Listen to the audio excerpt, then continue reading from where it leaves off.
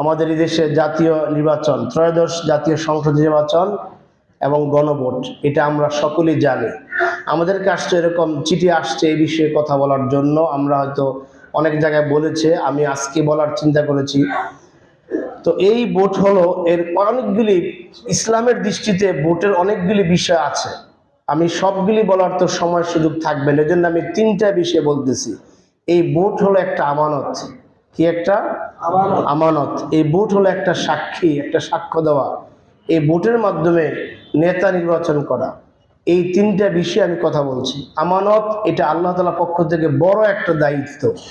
আল্লাহ তাআলা সূরা নিসার 58 নম্বর আয়াতে বলতেছেন, 58 নং আয়াতে, ইন্নাল্লাহা ইয়ামুরুকুম আন তুআদ্দুল আমানাতি ইলা আহলিহা, যে তোমাদেরকে যে আমানত দেওয়া হয়েছে সেই আমানতরা যে যোগ্য, যে এর হকদার, ওই হকদারকে সেই আমানতরা দিয়ে দাও। এটা কার আদেশ?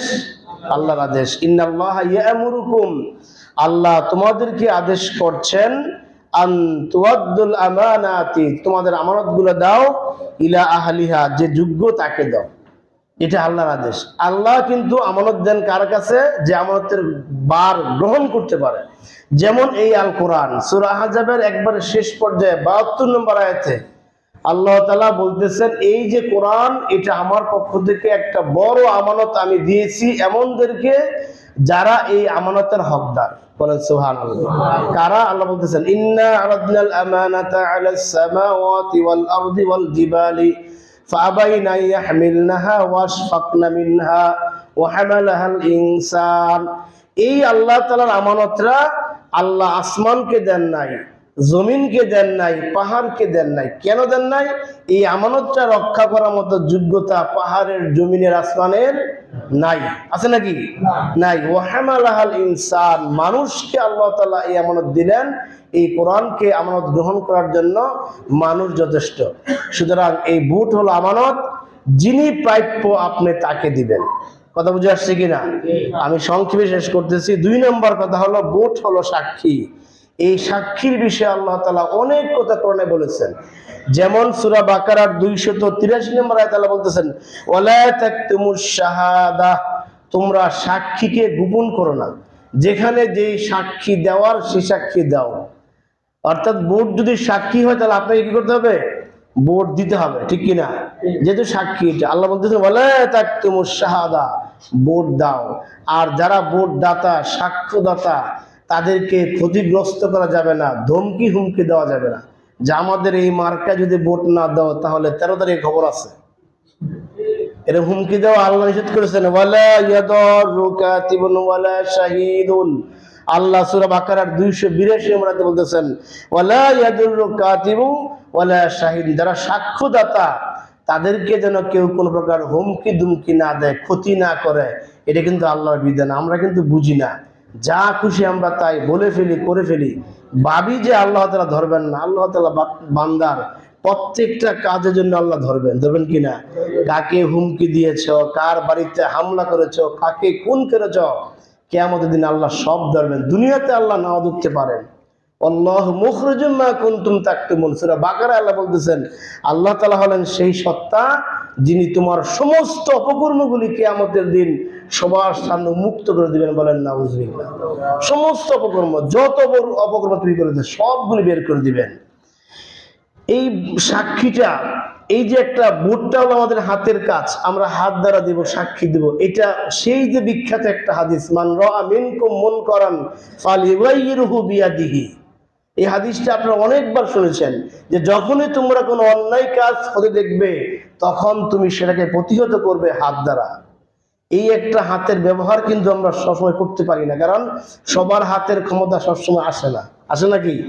একজন চেয়ারম্যানের হাতে যে ক্ষমতা, আপনার সাধারণ নাগরিকের কাছে সেই ক্ষমতা নাই।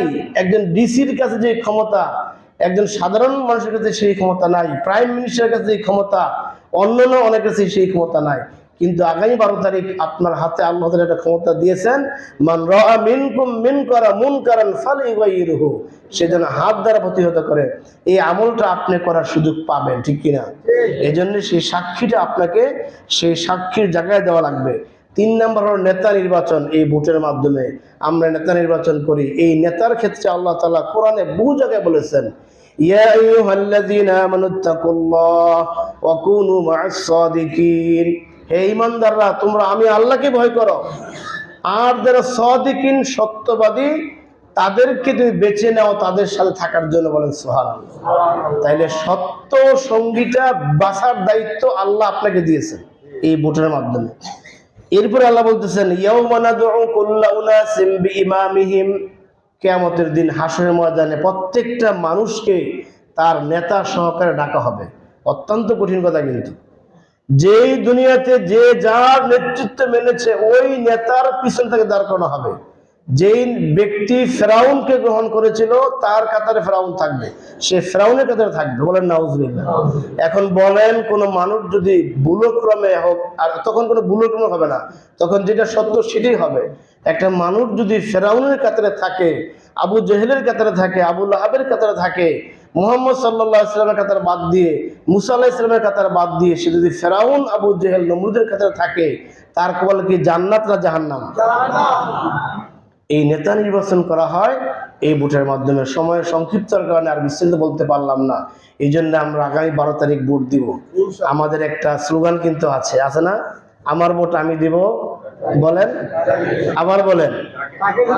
জি না না ভাই, না না না, এটা একটা ভুল স্লোগান।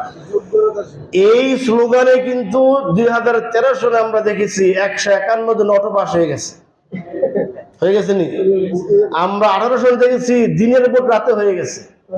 24-এ দেখেছি আমার ভোট আমি দেব, যত খুশি তত দিব, দিয়েছে। একজন একলাই এক বই দিয়ে লাইছে। এই কেন্দ্রে ভোটার আছে 3200, 2800 দিয়ে লাইছে। স্যার 2800 হয়ে গেছে, সর্বনাশ, কমাও 90% দিয়ে লাইছে, কমাও। পরে আবার এগুলি বাতিল দেখায়া, সিরা ব্যালট বাতিল, অবৈধ ভোট এগুলো দেখায়া নিয়ে আনছে 60%। এটা ওই স্লোগান, আমার ভোট আমি দেব, যাকে খুশি তাকে দিব, এই স্লোগানে এই কাজগুলো হয়েছে। এই জন্য আমরা ভোট দিব। 1 নম্বর গুণ থাকবে সৎ। 1 নম্বর কি? সৎ। 2 নম্বর যোগ্য। 2 নম্বর কি? যোগ্য। 3 নম্বর দেশপ্রেমিক। এই 3টা গুণ লাগবে। আপনি যদি অসৎ লোককে নির্বাচন করেন তাহলে সে তার পেট বাড়ি করবে, দল বাড়ি করবে, দেশকে সে দুর্নীতিতে চ্যাম্পিয়ন বানাবে, যেটা আমরা দেখেছি। যদি আপনি অযোগ্য লোককে ভোট দেন তখন সংসদে দাঁড়ায় সে গান গাইবে। কি গাইবে? গান গাইবে। সংসদে দাঁড়ায় সে বাংলা পড়তে পারে না।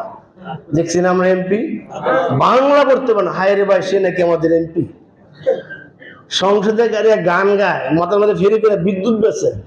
যেখানে আমরা বিদ্যুৎ পাই না, 24 ঘন্টার মধ্যে আমাদের 8 ঘন্টা বিদ্যুৎ পাই না, সেখানে বিদ্যুৎ বেছে। এই অযোগ্য লোকগুলা সেখানে থাকার কারণে আমরা এই দীর্ঘ কয়েক বছর স্বৈরাচার আর ফ্যাসিস্ট উপহার পেয়েছি, ঠিক কিনা? এই অযোগ্য লোকগুলা yes sir, no sir, very good sir, হ স্যার এই শব্দ বলা ছাড়া আর কলম ভাঙা যায় স্বাক্ষর ছাড়া কিছু করতে পারে নাই। শীর্ষস্থানীয়রা যখন কোনো সিদ্ধান্ত নিয়েছে, প্রতিবাদ করার সাহস তারা পায় নাই। অযোগ্য, কথা বলতে পারে না। এই জন্য তারা শুধু সংসদে ইয়েস স্যার, জি স্যার, হাওয়া sir, yes no, very good সময় কাটাইছে। এই জন্য আমরা সৎ লোক নিয়োগ দিব, যোগ্য প্রার্থীকে ভোট দিব। আর দেশপ্রেমিক না হলে এই দেশের স্বার্থে সে কোনো কাজ করবে না। তার বাড়ি দিল্লি, সে দিল্লির স্বার্থে সব কাজ করবে। সে দেশকে বিক্রি করে সব দিল্লির জন্য করবে, করেছো আমরা দেখেছি। এই জন্য আমরা ভোট দিব, যাকে খুশি তাকে নয়। 3টা শর্ত মাথায় রাখবেন, সৎ, যোগ্য এবং দেশপ্রেমিক। এই 3 গুণওয়ালা সম্পন্ন ব্যক্তিদেরকে আমরা নির্বাচন করে আমরা এই দেশকে একটি সুন্দর, একটি স্বপ্নের দেশ আমরা করতে চাই। কি বলেন? আমাদের রূপগঞ্জকে আমরা একটা স্বপ্নের রূপগঞ্জ করতে চাই। এখানে থাকবে না কোনো চাঁদাবাদী, থাকবে না কোনো ভূমিদস্যু, থাকবে না কোনো মাদক। এই কয়েকটা দোষ কিন্তু আমাদের এখন মৌলিক দোষ। প্রত্যেকটা পাড়ায় এখন মদে ভরে গেছে, মাদকে প্রত্যেকটা পাড়ায় নেশাগ্রস্ত। এমন কোনো পাড়া নাই। আপনার ধারণা হলো আমার গ্রামে সবচেয়ে বেশি মদ বিক্রি হয়, আমার ধারণা হলো আমার গ্রামের সবচেয়ে বেশি মদ বিক্রি হয়। আবার ওই পাড়ার লোকজন ধারণা হলো সবচেয়ে বেশি ওই পাড়ার লোক মদ বেচা কেনা হয়।